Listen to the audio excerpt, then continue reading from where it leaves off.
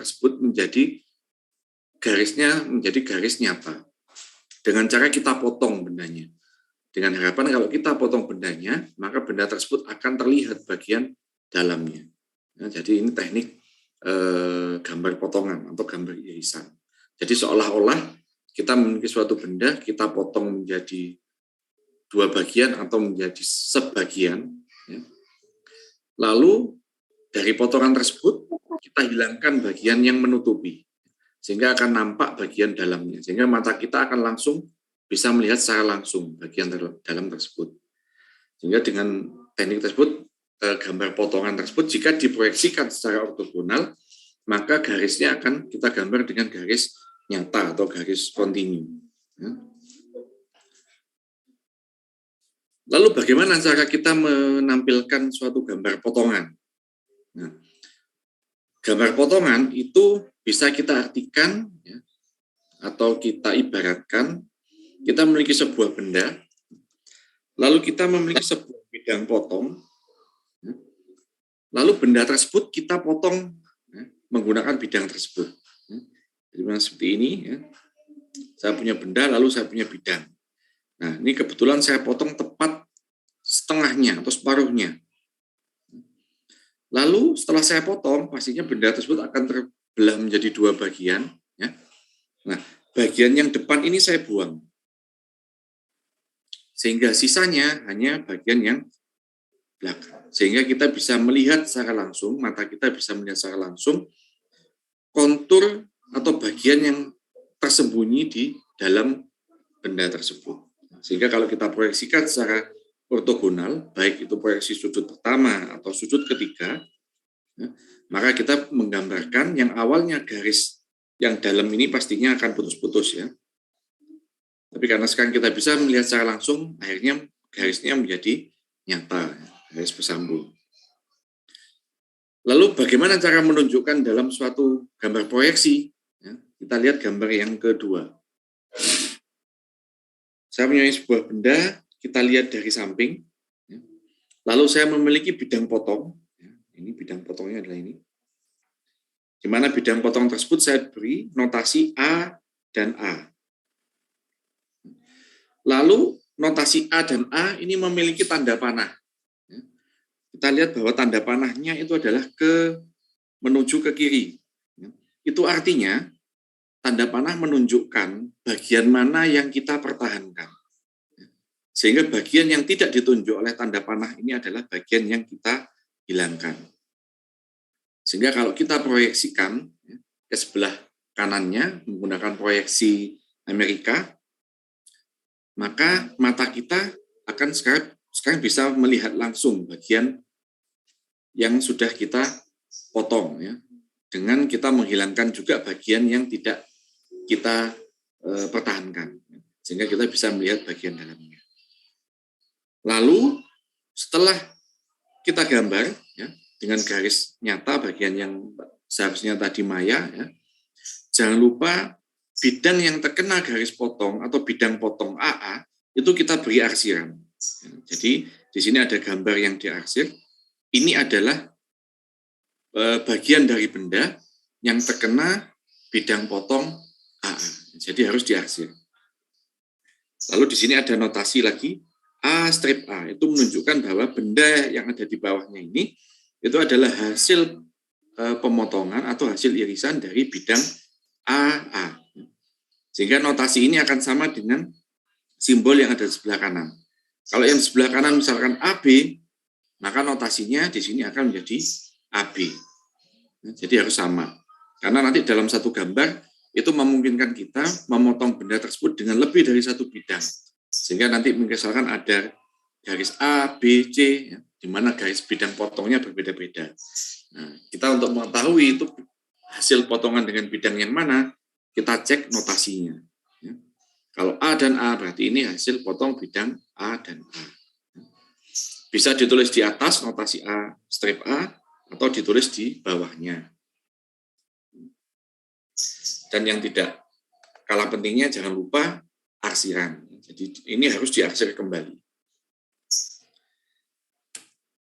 Baik, selanjutnya lalu bagaimana letak kita menuliskan garis potong. Nah, sini saya punya gambar yang pertama. Kita lihat dulu yang gambar sebelah kiri. Saya punya sebuah pipa berbentuk siku, ya, di mana ujung dari pipa ini memiliki flange. Kedua ujungnya memiliki flange. Lalu pipa ini bengkok, ya, siku, membentuk sudut 90 derajat antara satu flange dengan flange yang lain. Nah, karena benda yang saya miliki ini adalah benda berbentuk simetris, dalam arti sisi kanan, kiri, atas, bawahnya itu sama, identik, maka untuk benda-benda simetris kita harus ingat, kita harus selalu menggambar garis sumbunya. Ya. Jadi ini ada garis sumbu yang di tengah ini, ya, sumbu sampai sini, ini adalah garis sumbunya. Ya. Lalu untuk benda-benda yang simetris seperti ini, kita boleh tidak menunjukkan garis potongnya. Kalau tadi kan harus ada garis A dan A misalkan, atau A dan B dan lain sebagainya. Nah, untuk benda-benda simetris seperti ini, kita bisa langsung proyeksikan. Misalkan kita proyeksikan menggunakan proyeksi Amerika atau sudut ketiga. Kita lihat di bawahnya itu, ini bendanya sudah langsung terpotong. Artinya ini adalah dipotong separuh, ya, di mana garis potongnya adalah garis mengikuti garis sumbu dari benda tersebut. Jadi di sini tidak perlu kita gambar, tidak apa-apa. Dengan catatan kalau bendanya simetris, ya, bentuknya identik satu sama lain antara satu bagian dengan bagian lain. Sehingga kalau kita potong tepat di garis sumbunya, maka kita akan langsung mendapatkan hasilnya. Sedangkan untuk yang tidak simetris, ya kita harus menggambarkannya seperti biasanya. Jadi misalnya kita beralih ke gambar yang sebelah kanan, ya. Kita lihat dari atas bendanya, lalu kita potong dengan bidang A dan A. Di mana kita lihat bidang potongnya mengenai dua buah lubang. Sehingga kalau kita proyeksikan di bawahnya itu, maka bagian yang terkena garis potong dari bidang A dan A ini adalah yang diarsir ini. Itu yang kena. Sehingga lubang ini, ya, nah ini akan nampak menjadi garis nyata karena kita bisa melihatnya. Lalu kita lihat panahnya, ya. Karena panahnya menunjuk ke atas, berarti yang sebelah sini ini kita buang. Sehingga kita bisa melihat bagian dalamnya dari dua buah lubang tadi. Ya, kita bisa melihat, oh ternyata bagian bawah dari benda tersebut kalau kita potong ini bentuknya seperti ini, ya. Kalau kita gambar secara utuh, kita tidak bisa menampilkan bentuk lubang dan bagian dasar bawahnya. Tapi kalau kita potong, akhirnya kita bisa melihat bentuk bagian penampang bagian bawahnya. Jadi ini keunggulan serta fungsi dari kita menggambarkan gambar potongan atau gambar irisan. Lalu untuk membuat gambar potongan atau gambar irisan itu ada beberapa cara. Jadi yang pertama ada potongan dalam satu bidang yang tadi sudah saya jelaskan. Jadi ada satu bidang memotong benda tepat di titik atau garis tertentu. Lalu yang kedua adalah potongan oleh lebih dari satu bidang. Jadi dalam satu gambar memungkinkan kita menempatkan beberapa bidang potong sekaligus. Yang pasti kita harus memberikan notasi, ya, supaya mudah untuk melacaknya nanti. Yang ketiga adalah potongan separuh. Yang keempat adalah potongan sebagian kecil. Jadi kalau potongan separuh ini sebenarnya bukan dibagi menjadi dua, tapi kurang dari separuh, kurang dari setengah. Kalau potongan dalam satu bidang itu hasilnya bendanya akan dipotong menjadi dua bagian. Umumnya sama besar, tapi kalau potongan yang ketiga yang dimaksud separuh ini bukan setengah, ya. Jadi tidak sama dengan setengah, tapi kurang dari setengah, mungkin bisa seperempat. Sedangkan yang nomor 4 ini adalah potongan sebagian kecil, berarti ini lebih kecil lagi. Kalau tadi yang nomor 3 misalnya seperempat, ini bisa seperdelapannya atau sepersekiannya. Atau ada kalanya bentuknya itu seperti potongan atau cuilan, ya. Saya menyebutnya cuilannya dalam bahasa Indonesia apa ini? Jadi kayak kita kalau punya makanan atau biskuit, kita cuil sebagian kecil, itu kan bentuk cuilnya nggak rata. Nah, kita dalam gambar teknik juga ada seperti itu. Kita sebut dengan potongan sebagian kecil. Nah, kalau kebetulan bendanya bisa dipotong menjadi setengah, seperempat, seperdelapan, ini enak. Tapi kalau tidak bisa seperti itu, kita bisa cukup memotongnya dengan satu potongan kecil atau satu cuil yang kita buka. Yang kelima adalah potongan putar atau dipindah. Jadi kita lihat bagaimana cara melakukan hal tersebut. Dan yang keenam adalah potongan berurutan. Nah, kita mulai dulu dari yang pertama.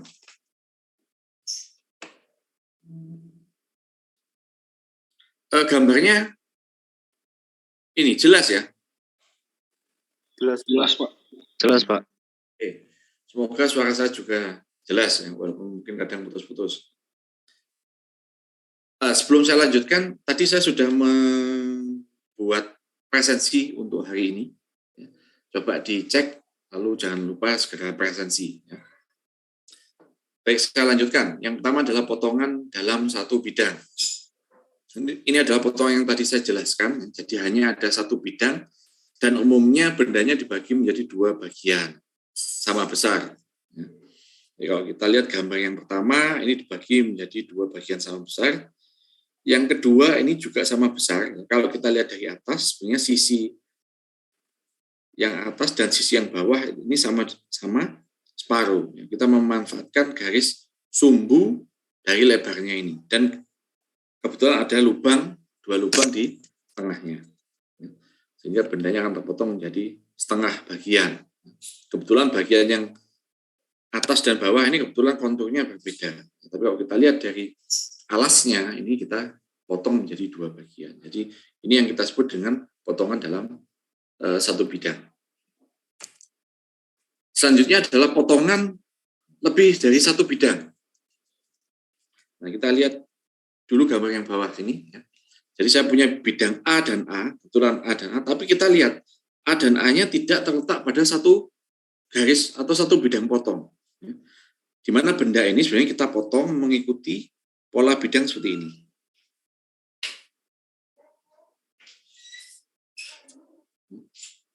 Jadi ada bidang 1, bidang 2, dan bidang 3. Jadi kita mengikuti ini tandanya A. Jadi ini adalah bidang potongnya 1, 2, 3. Lalu kita lihat panahnya. Karena panahnya menuju ke bawah, berarti bagian yang ini kita buang. Sehingga kalau kita lihat dari atas, lalu kita proyeksikan. Kita mulai dari yang bagian bawahnya dulu, ya, yang dipotong oleh bidang 1 dan bidang 2, yang kita hilangkan hanya seperempatnya. Berarti yang sisa 3/4-nya masih utuh. Sehingga kita bisa melihat pada proyeksi yang di atas, hanya bagian ini saja yang diarsir. Atau seperempatnya ini yang terbuang. Lalu untuk bidang yang dipotong oleh bidang 2 dan 3, ini malah sisanya hanya seperempat yang bawahnya saja. Hanya sisa yang ini saja. Karena yang lainnya yang saya beri tanda X itu yang dibuang. Sehingga kita lihat arsirannya.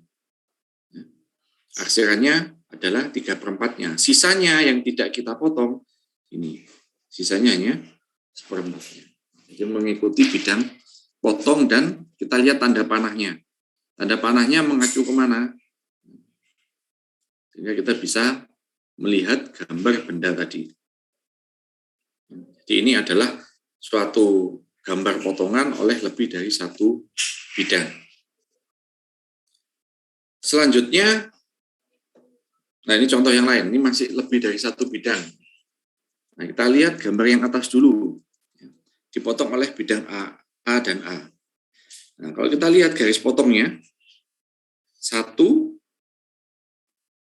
2, membentuk sudut, berarti itu sekitar 90 tambah 45, 135 derajat. Ya, membentuk sudut 135 derajat. Sehingga kalau kita proyeksikan, itu kita bisa lihat bagian yang terpotong. Itu juga yang bawah, A dan A, tapi bentuknya kita lihat ada 1, 2, 3. Nah, ada 3 bidang memotongnya. Mengikuti garis A. Ya. Jadi ini dipotong oleh lebih dari 1 bidang. Bisa 2, 3, tergantung arahnya nanti. Selanjutnya adalah potongan separuh. Potongan separuh di sini ini sama dengan seperempatnya sebenarnya. Jadi kalau saya punya sebuah benda, saya hanya ngambil seperempat bagiannya saja. Jadi kalau kita lihat dari atas, misalnya bendanya bentuknya seperti ini.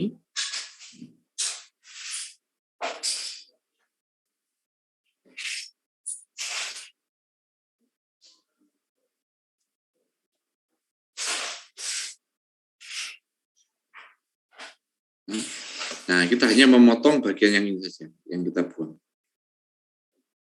Sisa masih 3, 4. Jadi potongan separuh itu lebih kecil dari setengah. Itu seperempat. Oke, sampai sini ada pertanyaan dulu terkait gambar potongan.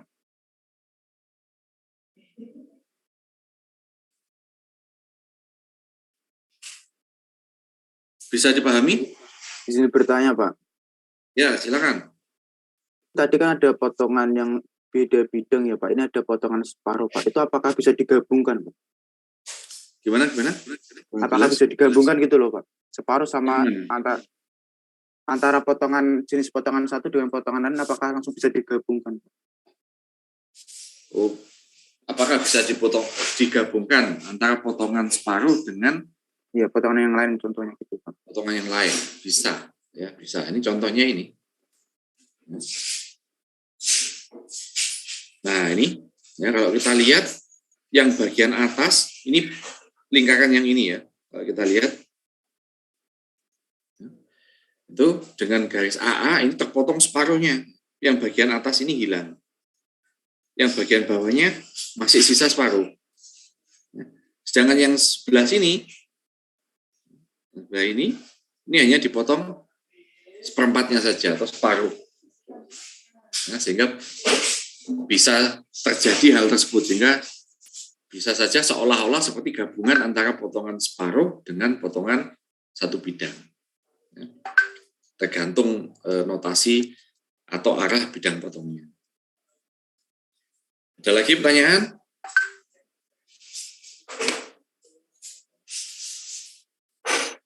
Jadi menggambar teknik itu memang kalau sudah masuk ke topik proyeksi, ya, itu sebenarnya kita berlatih atau belajar untuk membayangkan ya. Dalam pikiran kita itu kita belajar atau berlatih untuk membayangkan. Bendanya seperti ini, kalau kita lihat dari depan, ya kan seperti apa yang kita lihat oleh mata kita. Lalu dari samping bagaimana? Termasuk juga kalau kita potong, hasil potongannya seperti apa. Jadi ini lebih banyak cara kita belajar untuk membayangkan suatu benda atau komponen. Jadi yang penting di sini, karena ini adalah ilmu membayangkan, yang penting adalah prinsip cara kita membayangkan atau cara kita membayangkannya. Ya, jadi kalau kita cara membayangkannya mengikuti kaidah menggambar teknik, maka image yang terbentuk nanti di otak kita akan sesuai. Baik, ada lagi pertanyaan? Jadi sudah sampai sini.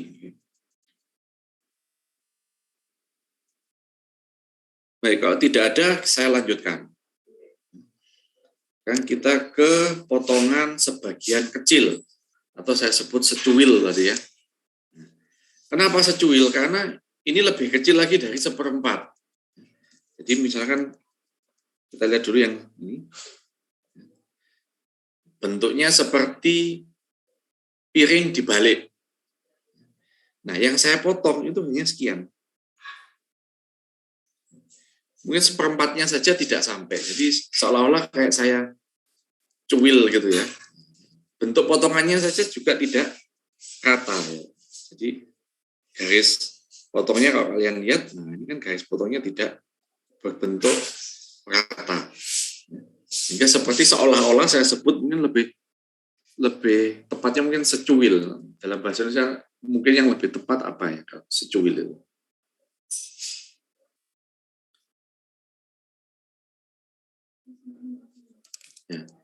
Ya pokoknya sebagian kecil gitu ya. Lalu kita lihat juga gambar sebelahnya. Ini sebelahnya. Ini kita juga kita ambil hanya sebagian kecil saja. Nah, potongan seperti ini umumnya kita gunakan pada benda-benda yang bentuknya identik satu sama lain antar bagiannya, misalnya kanan kiri depan belakangnya sama, kita nggak perlu motong separuh atau motong menjadi dua bagian sama besar, kita cukup ambil saja bagian kecilnya ini, kita sudah bisa membayangkan keseluruhan bentuknya. Nah, sehingga potongan ini umumnya dipakai untuk benda-benda yang bentuknya identik, simetris. Lalu contoh yang lain, ini nama lainnya selain potongan sebagian kecil adalah potongan setempat. Potongan setempat. Nah, contoh yang lain ini, kita potong hanya bagian kecil ini untuk menunjukkan adanya lubang yang khusus di sini, lubang yang spesial. Kenapa lubang yang spesial? Karena lubang itu berbentuk simbol. Jadi kalau kita lihat, ini berbentuk simbol. Dimana kalau kita ketemu dengan lubang seperti ini, maksudnya ini adalah lubang yang memiliki ulir di dalamnya. Jadi ada karena sebuah lubang itu ada ulirnya. Berarti kalau lubang tersebut ada ulirnya, biasanya ada pasangan dengan bautnya atau dengan screw. Nah, si desainer ini ingin menunjukkan bahwa ada lubang khusus di situ, ya, lubang spesial. Kalau hanya lubang biasa, mungkin dia cukup menggambar garis putus-putus. Tapi karena di sini adalah sebuah lubang berulir, maka dia potong sebagian kecil atau potongan setempat. Hingga muncul simbolnya secara nyata langsung. Oke, di sini ada yang angkat tangan, silakan. Ada yang bertanya? Izin bertanya Pak. Sebelumnya saya minta maaf ya off cam soalnya jaringan saya jelek Pak. Pak, ini kan potongannya yang motong itu yang garis yang nggak beraturan itu ya Pak ya? Ya. Nah, kenapa si penggambar nggak buat aja Pak kayak dilurusin, misal kayak saya boleh coret-coret nggak Pak? Ya, silakan. Bisa ya? Pak. Iya, bisa. Nah, ini kan dia mau gambarin yang ini kan Pak? Ya. Mau motong yang itu, kenapa nggak motong ini Pak? Maksudnya kayak kenapa dia nggak motong gambar potongan itu nggak kayak gini aja gitu, kayak lurus, kan kita mau yang intinya kan concernnya ke potongan yang itu, kenapa nggak harus buat kayak gini Pak, kayak jelek gitu, bisa nggak Pak? Harus apakah emang harus seperti itu atau gimana Pak? Terima kasih Pak. Ya, oke, terima kasih. Nah, untuk potongan yang ini memang karena mungkin tidak beraturan ya garisnya ya, sehingga disebut dengan potongan setempat atau potongan sebagian kecil atau potongan ya kalau saya menyebutnya secuil ya, karena bentuknya memang seperti cuilan ya. Nah, kalau kalian tidak prefer dengan bentuk yang seperti ini, kalian boleh tadi misalkan menggambar dengan saya pinginnya yang lurus-lurus saja Pak, ya enggak apa-apa. Sehingga bidang potongnya nanti akan membentuk garis ya. Garis yang tegak lurus. Nah, ini bendanya kalau dilihat dari atas.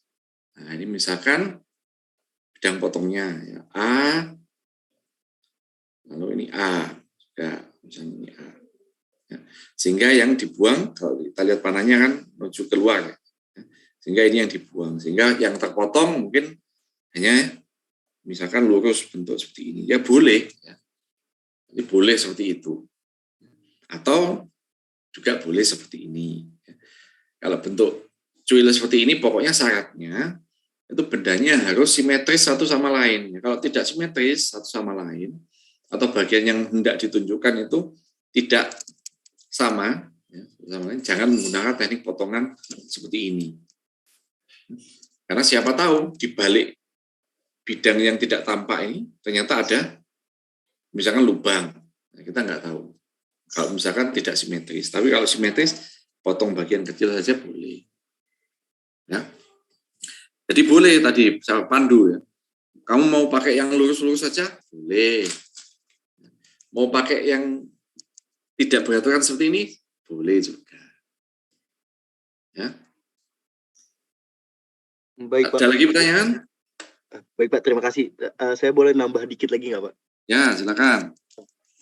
Misal kan penggambar tidak mungkin membuat potongan yang nggak beraturan seperti ini tanpa alasan kan, Pak? Apakah ada kondisi-kondisi tertentu, Pak, untuk kapan kita menggunakan potongan yang tidak beraturan atau kapan kita menggunakan potongan yang lurus, Pak? Terima kasih. Baik.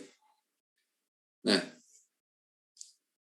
kondisinya ya, yang pasti kondisinya tadi sudah saya jelaskan. Kalau kita mau pakai yang bentuk seperti ini, ya, entah kamu mau pakai yang tidak beraturan hasil potongannya atau yang hanya sebagian kecil, tapi rata, pokoknya syaratnya bendanya atau bagian yang dipotong itu harus identik bentuknya, ya, atau simetris bentuknya, satu sama lain. Jadi bagian yang kita potong, misalnya saya ambil contoh yang gambar ini ya, berarti bagian yang di sebelah sini dengan yang di sebelah sini itu harus sama. Begitu juga di seluruhnya ya. Karena ini kan bentuknya berbentuk simetris bulat misalkan. Itu semuanya penampang bagian dalamnya bentuknya seperti itu. Itu syaratnya harus seperti itu. Lalu kalau kita lihat, kalau kita memotong, ini banyak sekali coretannya. Oke, saya rapikan dulu. Kalau kita memotong menggunakan bentuk yang tidak beraturan seperti ini sebenarnya lebih kepada sisi estetik. Jadi gambar teknik selain ada sisi presisi, kita juga bisa menampilkan sisi estetika. Misalkan seperti seolah-olah benda ini kita cuil. Padahal kalau misalkan ini dari logam, kita membuat cuilan seperti itu juga susah ya. Tapi dengan gambar teknik kita bisa menunjukkan seolah-olah.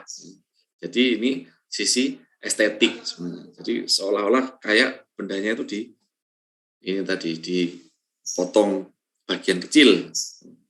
Kalau syaratnya harus bendanya identik atau simetris satu sama lain. Kalau enggak, jangan pakai potongan ini. Ya, mending dipotong saja dengan satu bidang atau beberapa bidang. Kalau bentuknya itu rumit atau kompleks. Baik, Pak. Terima kasih banyak, Pak. Oke. Baik, ada pertanyaan lagi?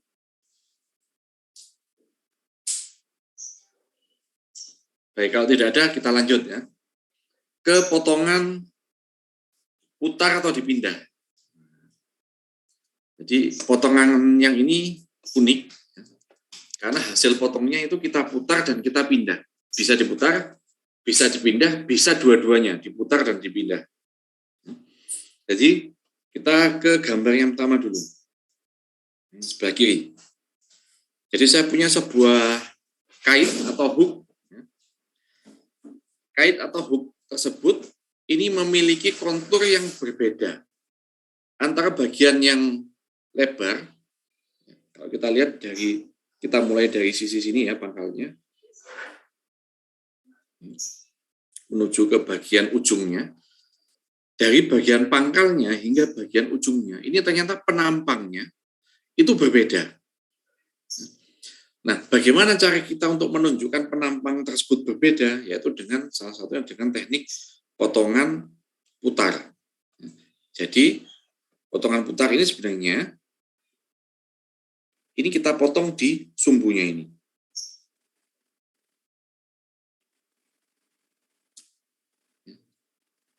Jadi sebenarnya kita potong di sumbunya ini.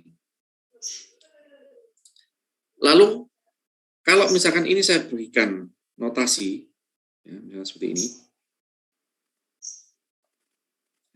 Misalkan ini A dan A. Lalu panahnya adalah ke arah kanan dan ke atas. Berarti bagian ini hilang. Maka kalau bagian ini hilang, apa yang terjadi dengan gambarnya? Gambarnya akan tidak nyambung. Bagian pangkalnya ini berdiri sendiri, lalu bagian sisa ekornya ini juga berdiri sendiri. Begitu juga kalau kita balik panahnya. Ya, misalnya seperti ini, karena A-nya dari arah berlawanan.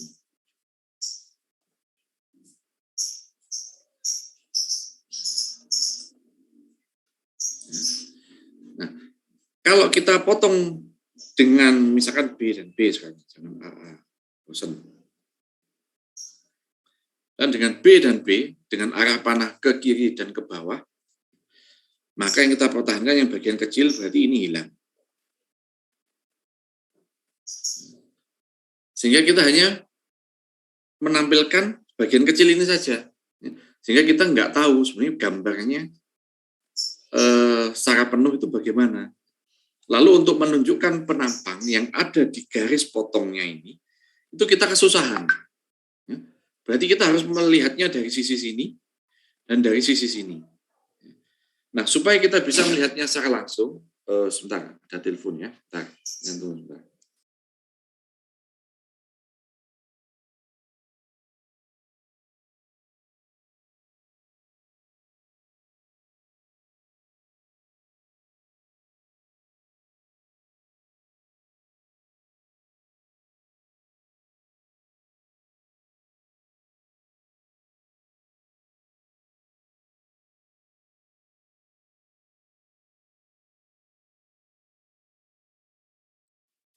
Baik, saya lanjutkan.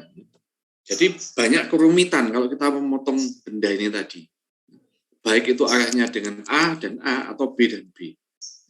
Karena yang ingin kita tampilkan itu ada pada penampangnya ini. Sehingga kita perlu harus melihat dari sisi kanan, lalu melihat dari sisi atasnya, sehingga ini tidak efisien. Cara yang paling gampang adalah hapus dulu biar rapi. Cara paling gampang adalah kita memotong seperti biasa. Kita potong di sini, kita potong di sini. Lalu hasil potongnya kita putar. Sehingga penampangnya langsung kita gambar di sini. Di tempat kita memotong. Kan garis potongnya ini kena bendanya di garis ini. Katakanlah ini bidang 1, ini bidang 2. Bidang 1 memotong benda terletak pada garis ini. Lalu hasil potongnya kita putar langsung. Langsung kita proyeksikan di situ, di bendanya sekaligus. Sehingga kita tahu bahwa penampang bagian yang ada di bagian 1 ini dengan bagian 2 itu ternyata besarnya berbeda. Jadi hook ini perlu kita tunjukkan pada orang yang baca gambar. Ternyata penampangnya itu berbeda antara bagian yang lebar dan bagian yang kecil. Tuh, sehingga potongan ini kita sebut dengan potongan utai. Sedangkan gambar yang selanjutnya, ini dua-duanya kita lakukan sekaligus, yaitu potongan diputar dan dipindah. Nah, kita lihat bendanya seperti ini. Membentuk sudut, katakanlah misalnya sudut tertentu ya. Nah, ini dia punya sudut di sini. Lalu kalau kita potong dengan bidang A dan A di sini,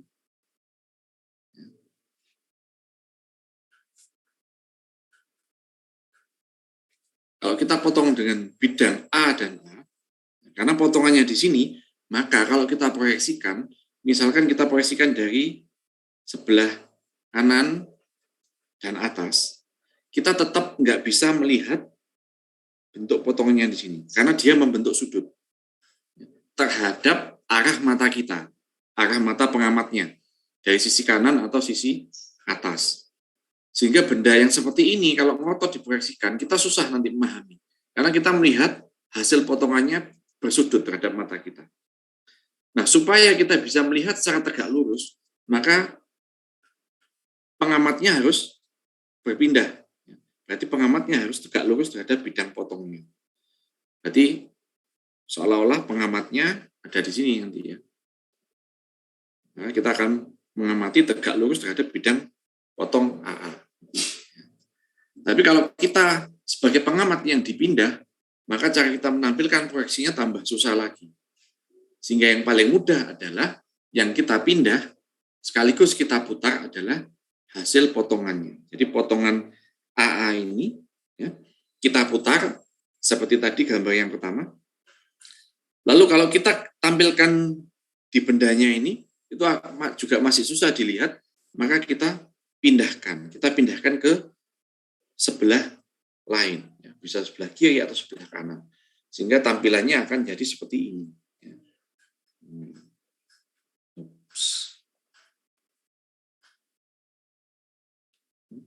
Jadi kita akhirnya bisa melihat hasil potongan benda tersebut seolah-olah mata kita tegak lurus terhadap bidang potongnya. Sehingga kita bisa mengamati secara penuh untuk bidang yang terpotong tadi. Nah, itu. Selanjutnya adalah potongan berurutan. Nah, potongan berurutan ini contohnya adalah sebuah poros yang memiliki diameter yang bermacam-macam.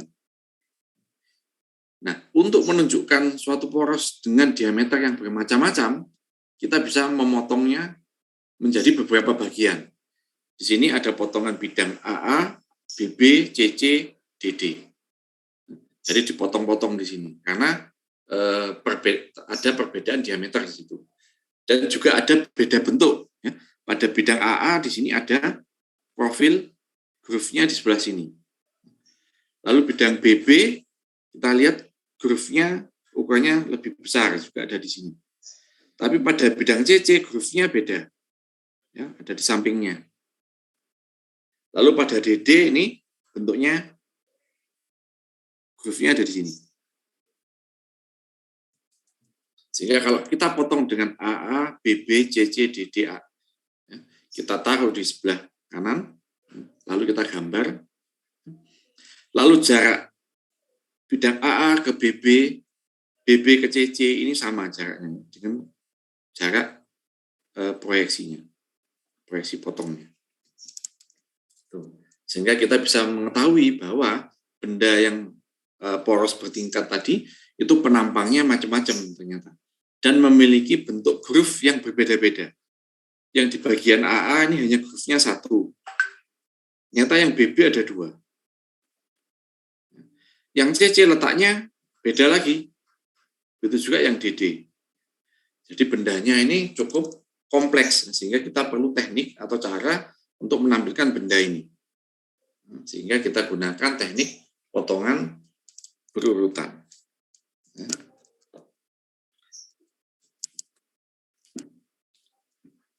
Selanjutnya adalah, ini tadi belum disebut ya.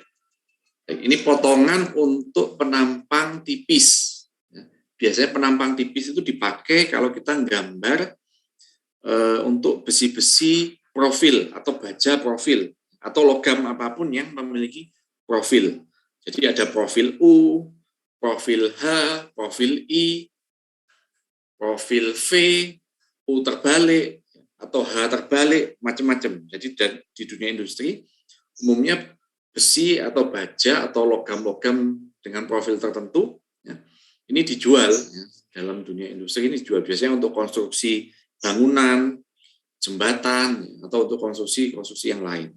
Kalau kalian lewat jembatan yang ada di sekitar daerah kalian misalkan ya, di mana itu dibangun menggunakan susunan ini balok-balok baja misalkan, kalian amati bajanya. Itu kan memiliki bentuk-bentuk. Ada yang bentuknya mungkin bentuk U, bentuk H. Nah, biasanya ini di dunia teknik sipil ya, dikenal sebagai baja profil istilahnya. Jadi bentuknya macam-macam. Nah, benda-benda seperti ini tidak kita arsir. Kalau kita potong itu tidak perlu kita arsir, tapi langsung kita blok dengan garis warna hitam atau abu-abu. Abu-abu gelap. Jadi boleh hitam atau abu-abu. Jadi tidak perlu diarsir, tapi langsung di blok hitam atau abu-abu gelap.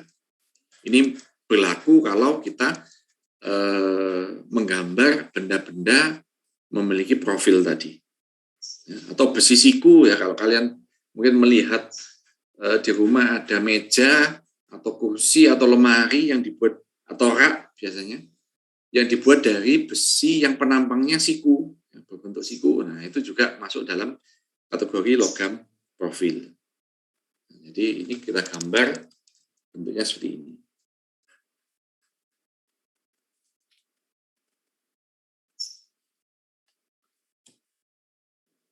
Lalu, nah selanjutnya,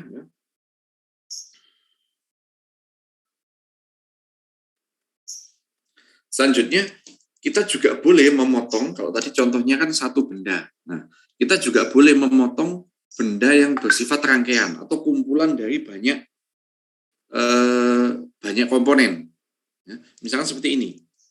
Jadi di situ ada poros, ya, ada mur, baut, ada pasak, lalu ada roda gigi, lalu ada badan komponennya, ya, dan lain sebagainya. Nah, ini terdiri dari banyak komponen. Nah, kita juga boleh memotong benda ini menjadi sekian bagian atau dibagi menjadi 2 bagian, ya. Namun ada caranya. Jadi kalau kita menghadapi benda seperti ini, ya, maka ada cara kita untuk menyajikan gambarnya. Terutama untuk benda-benda yang nggak boleh kita gambar terpotong atau kita arsir. Jadi kalau kita menjumpai, yang pertama kita menjumpai baut. Kita lihat di sini. Garis potongnya atau bidang potongnya itu kebetulan pas kena di bautnya. Misalnya kena bautnya pas di separuhnya, ya, atau di tengah bautnya. Nah, ini nggak boleh kita potong, ya, bautnya. Jadi bautnya nggak boleh diarsir, tapi harus kita gambar utuh bautnya.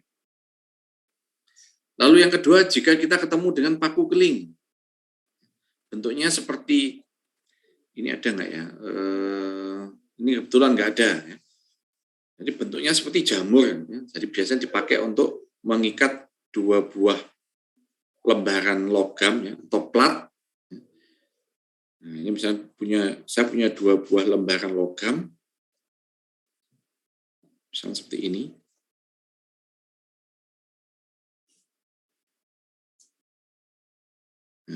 Nah, 2 buah lembaran logam, ini mau saya ikat jadi satu. Ini bisa saya pakai dengan keling. Bentuknya ujungnya seperti bulatan.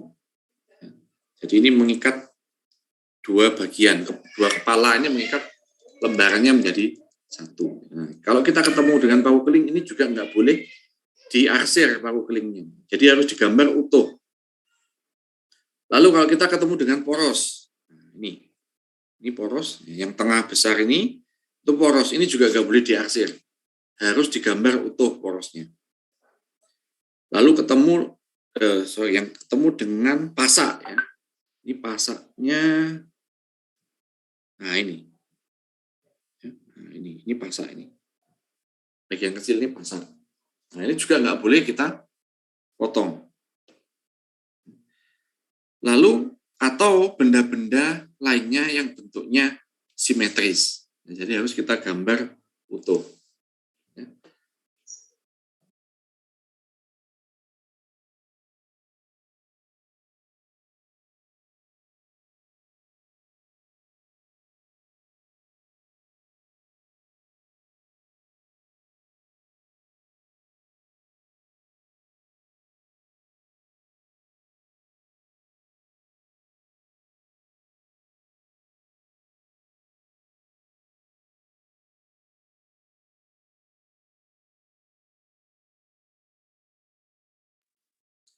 Baik, saya lanjutkan. Ya. Jadi ini aturannya. Jadi kalau kita memotong benda-benda rangkaian, itu nggak boleh, ada benda-benda tertentu yang nggak boleh kita potong atau nggak boleh kita gambar diarsir. Kalau yang lain harus diarsir.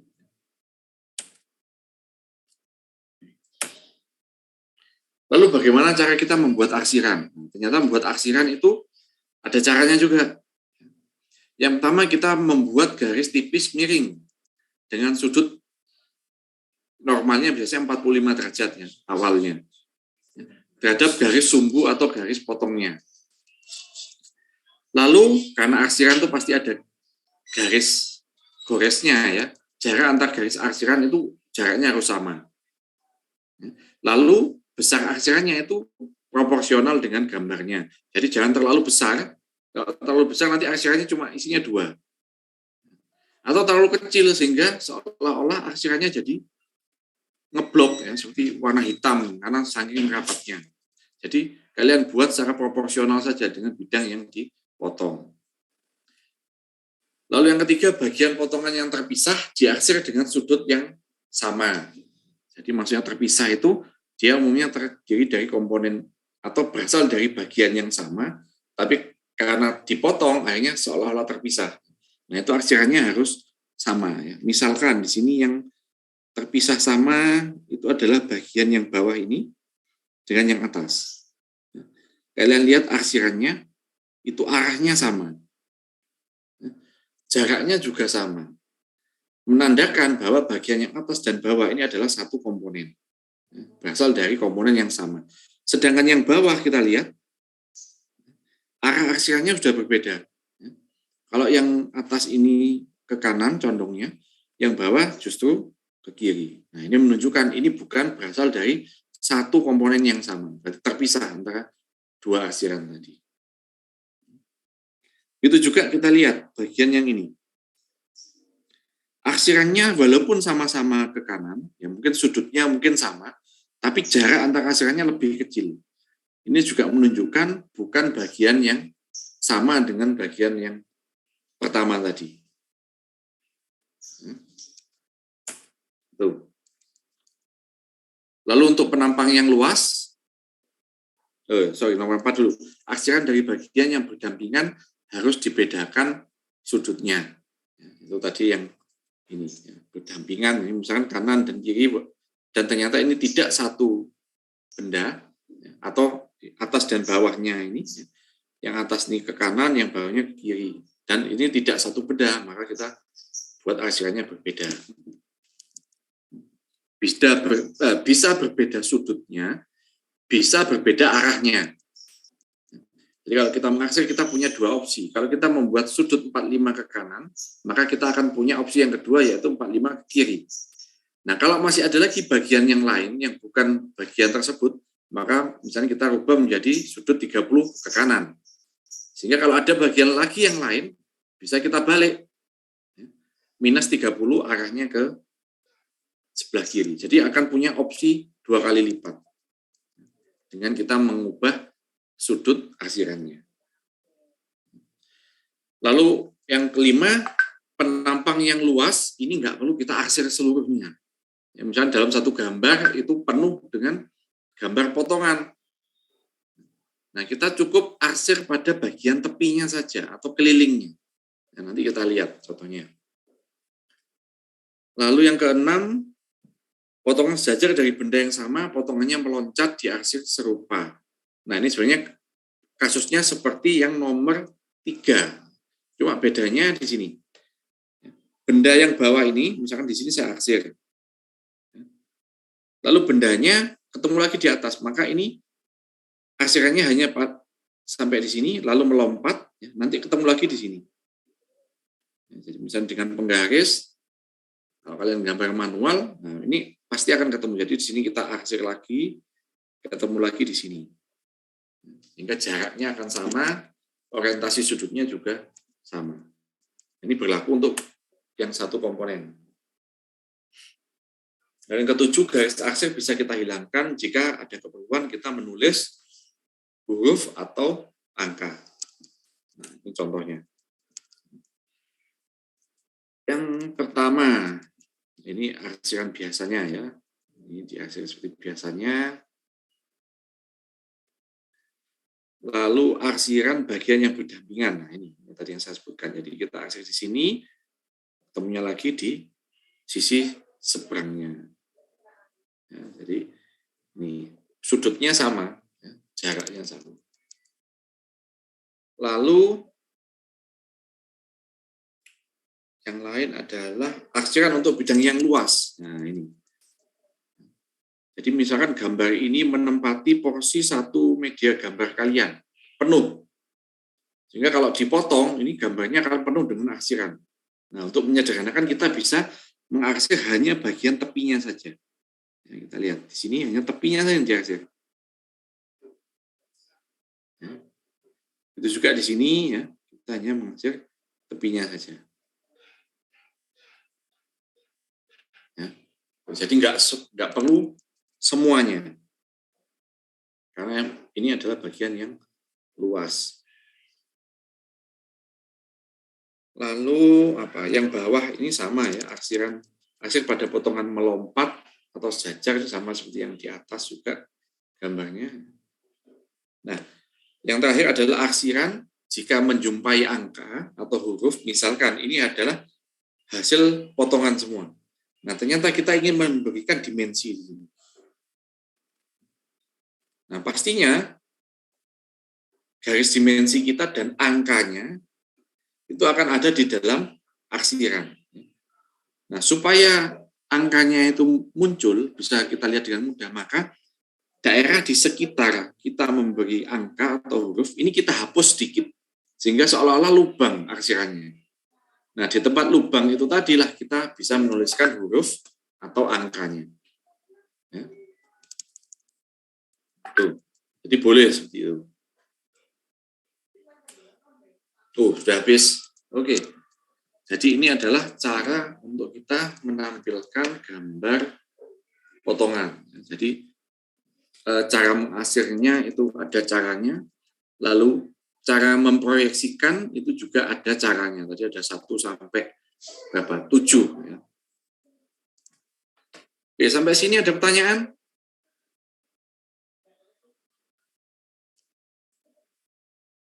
Ya, silakan. Bapak Arta Yasa. Izin bertanya, Pak.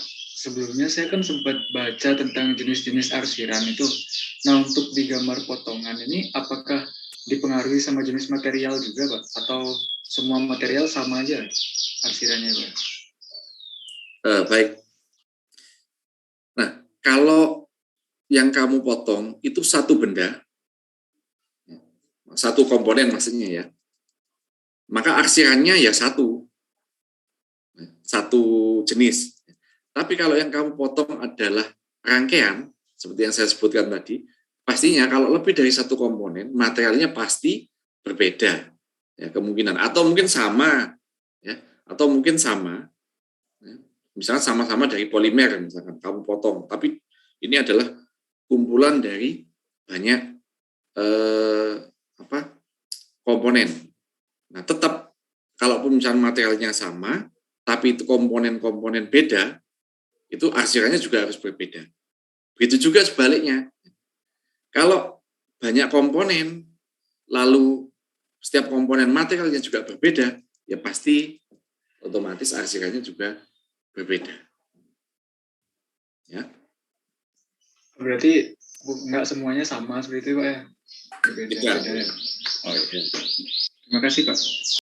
Baik, ada lagi pertanyaan?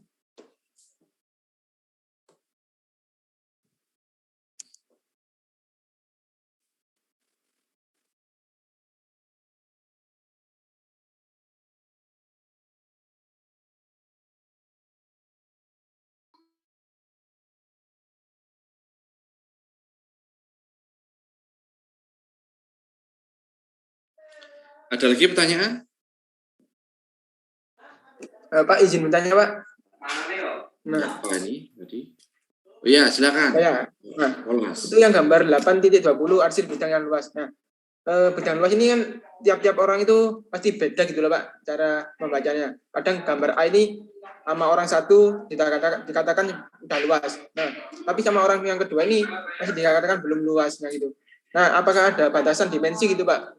Untuk yang bidang ini merupakan kategori luas, dan bidang ini kategori yang tidak luas gitu, Pak.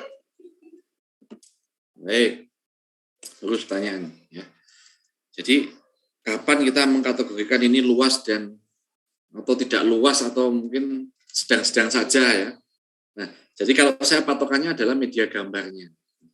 Jadi misalkan benda ini tadi, saya hapus dulu biar rapi. Nah, misalkan benda ini saya gambar di kertas A4 misalkan. Ternyata di kertas A4 saya, gambar ini, kalau saya gambar kertasnya sekian, nah ini kepala gambarnya misalkan dari sini. Nah, isi kertas saya ini isinya ya satu gambar ini toh. Sehingga mayoritas gambarnya kalau ini saya potong, ini isinya arsiran semua dalam satu bidang kertas ini. Ya. Sehingga supaya memudahkan kita, ya, sehingga kita hanya mengarsir saja di tepi-tepinya atau di keliling-kelilingnya ini, bagian yang kita potong. Ya. Tapi kalau misalkan kita gambar di kertas A4, ya, lalu sudah kita bagi menjadi 4 kuadran, misalkan, ya, bendanya sekian, ya kita kan mampu ya membuat arsirannya, ya sudah diarsir saja. Nah, tapi kalau dalam satu bidang gambarnya ya cuma ini saja, apalagi kalau kertasnya misalkan A3 ke atas, ya, isinya ini saja. Wah, itu membuat kalian untuk membuat arsirannya saja udah perlu effort ya. Apalagi kalau itu gambar manual. Di A3 gambarnya cuma satu, ya sudah untuk membuat arsirnya saja udah perlu usaha. Apalagi lebih besar lagi dari A3. Ya, jadi kalau saya patokannya sebenarnya lebih kepada bidang gambarnya. Ya, baik Pak. Terima kasih Pak atas jawabannya Pak. Oke, ada lagi pertanyaan yang lain?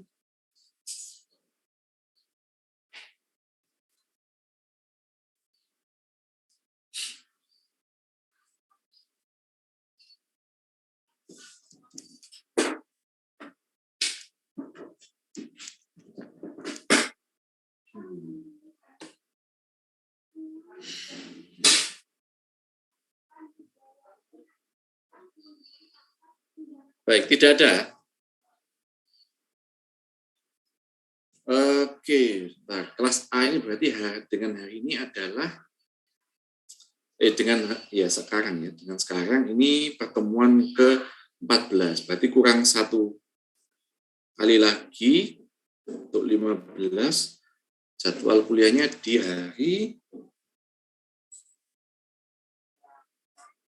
hari apa ya kelas A ini?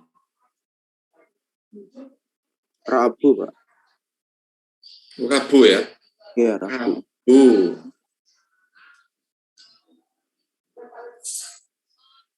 Oh iya. Ini Rabu, berarti saya bentrok dengan kelas perawatan dan keandalan. Ini jam 12 ya, kelas A ini ya.